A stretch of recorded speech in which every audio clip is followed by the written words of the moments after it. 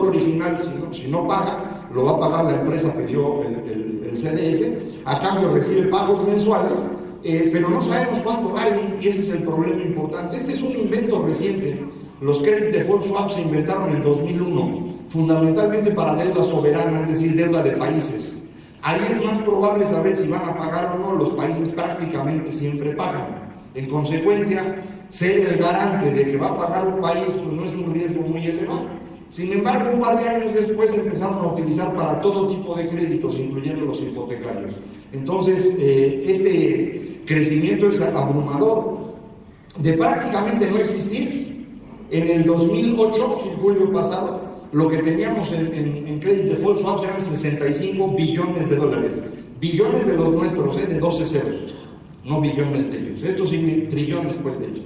Esto significa 5 veces el PIB de Estados Unidos. Eso es lo que había asegurado en credit default swaps. Este dinero es el peligroso.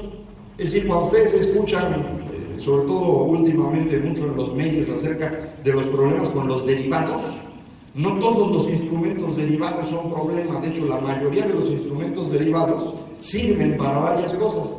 Pero hay algunos instrumentos derivados que todavía no se entienden bien, y este es uno de esos. Y este es el tamaño del problema. Todos los instrumentos derivados que hay en el mundo más o menos representan 800 trillones de dólares, 800 billones de los nuestros, que es algo así como 10, 12 veces el PIB mundial. Eso es lo que hay en derivados. Pero no todo eso es problema.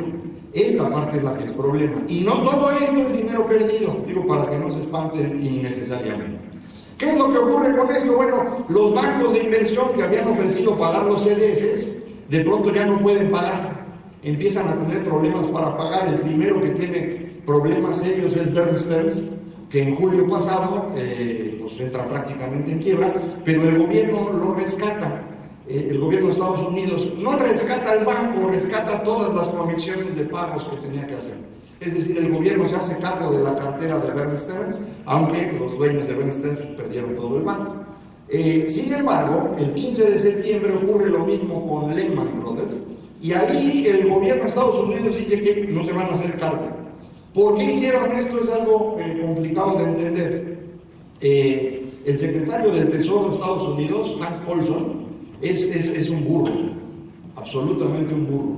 Y cuando ocurre esto con Lehman, él supone que lo están engañando, porque aquí hay obviamente un incentivo a engañar al gobierno. Si yo tengo para pagar los créditos, pero logro convencer al gobierno de que no es así, pues el gobierno se va a hacer cargo de los créditos y yo me pelo con la lana.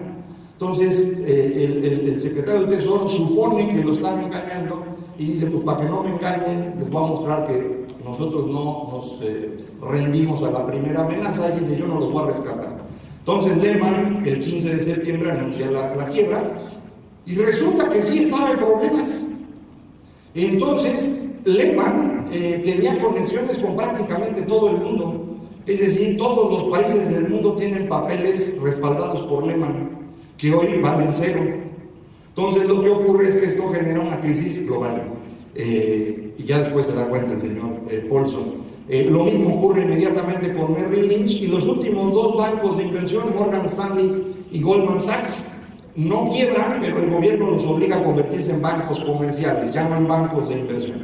Los bancos de inversión eran esos 5, desaparecen en octubre pasado, eran Wall Street. Los bancos de inversión eran la gran invención de Wall Street, es la gran diferencia entre Wall Street y cualquier otro sistema financiero mundial. Los bancos de inversión ya no existen, ninguno, desaparecieron, se acabó el invento este. Y se acabó precisamente por esta secuencia de hechos que acabo de comentar. ¿Cómo se expande este problema? La caída de Lehman Brothers y el rescate inmediato de American International Group provoca una escasez de crédito en todo el mundo, lo cual empieza a provocar caídas en distintas partes, y esto hace que todo el mundo se espante. Como los que debían haber pagado no pagan, pues uno duda de todos, hasta de los que siempre han pagado. Es decir, si una empresa del tamaño de Lehman Brothers, que llevaba 150 años cumpliendo sus obligaciones, de un día para otro no paga, pues no va a pagar nadie. Entonces, ¿qué es lo que yo hago cuando veo este problema? Que todo el dinero que reciba yo no lo vuelvo a prestar. prefiero guardarlo en las manos, aunque pierda yo dinero por tenerlo en la mano, no se lo presto a nadie.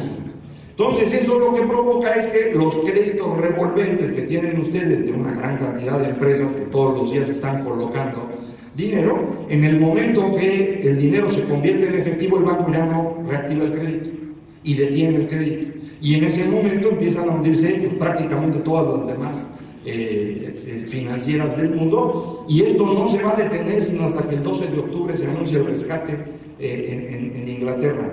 Y es un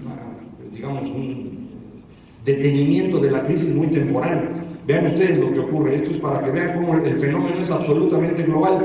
Esa es la línea roja, es la Bolsa de Valores de México, y la línea azul es la Bolsa de Valores de Nueva York, medido con su índice Standard & Poor's 500, que es el más amplio, entonces mejor que el Dow Jones. Vean cómo se mueven igualito las dos, igualito. Es decir, la Bolsa de México se mueve siguiendo lo que está pasando allá. O sea, no importa si las empresas mexicanas son sanas o no, no importa si son exitosas o no, el valor de las acciones en México depende de lo que esté pasando en Nueva York, absolutamente igual. No solamente esto pasa en las bolsas, ocurre también con las monedas. Este es el valor de las monedas con un valor de 100 en el 1 de septiembre. Vean lo que ocurre en el tiempo. En esta crisis es una crisis muy especial porque ocurre en el país más rico del mundo. Lo normal es que cuando hay una crisis financiera, el país en donde ocurre la crisis pierda valor su moneda, porque nadie cree en ese país y entonces todo el mundo vende la moneda y en consecuencia pierde valor. Sin embargo, al ocurrir esta crisis en Estados Unidos, si Estados Unidos se hunde todo el mundo. Entonces el país más seguro del mundo, a pesar de la crisis, sigue siendo Estados Unidos. De hecho, no es específicamente Estados Unidos, sino es el dólar. La moneda más segura en el mundo en este momento es el dólar. Eso es absurdo, diría uno. Si la crisis hubiera ocurrido en México, la moneda menos segura del mundo sería el peso. Pero al ocurrir la crisis en Estados Unidos, resulta que la moneda más segura del mundo es el dólar. Porque Estados Unidos es el 28% de la economía mundial. Y el dólar es la moneda que se usa para el 80% de las transacciones. Si el dólar se hunde todo. Entonces la única salvación es el dólar. ¿Qué hacen entonces los inversionistas? Juntar todos los dólares que puedan. ¿Dónde hay dólares en el mundo? En Estados Unidos, en Japón y en China. Es donde hay dólares. ¿Por qué? Porque Japón y China tienen cada uno 1.500.000 millones de dólares en reservas. ¿No? Entonces, todo el mundo se va para allá. No pongo la moneda china porque esa no tiene sentido, la maneja el gobierno. Pero el yen, ahí está. La única moneda del mundo que se revalúa después de la crisis es el yen. ¿Por qué? Por la cantidad de reservas en dólares que tiene. Todas las demás monedas del mundo se devalúan frente al dólar. Todas. Entonces vean lo que ocurre, por ejemplo, con el euro y la libra. Se van devaluando y las monedas latinoamericanas que están allá arriba. Entonces, ¿por qué se devalúa el peso? Pues por eso. ¿Tiene que ver algo el Banco de México o la política comercial o nada? ¿Qué puede hacer el gobierno mexicano? Nada. No hay nada que hacer. Nomás aguantar vara. Si este es un problema que viene totalmente de fuera. Lo más que puede hacer el Banco de México es tratar de evitar que los brincos sean tan grandes que se convierta en la locura absoluta. Es decir, si en lugar de haber entrado el Banco de México a subastar todos los días que ha entrado, lo hubiera dejado solo, a lo mejor tendríamos el peso en 20 por dólar. Y en 20 pesos por dólar sí nos entra la locura a todos, ¿no? Entonces lo que puede hacer el Banco de México es evitar que se mueva tanto. Pero más allá de eso no se puede hacer absolutamente nada. El fenómeno original viene de la crisis que está ocurriendo en el resto del mundo. Entonces no tenemos mucho que hacer frente a esto, más que estar tranquilos aguantando. Ahí pongo los dos movimientos. El que está arriba es el valor del dólar y la de abajo es la bolsa de valores, un poco para que se vea como espejo, aunque creo que no se ve muy bien, pero imagínenselo. Y ahí están los letreritos de qué cosas van ocurriendo.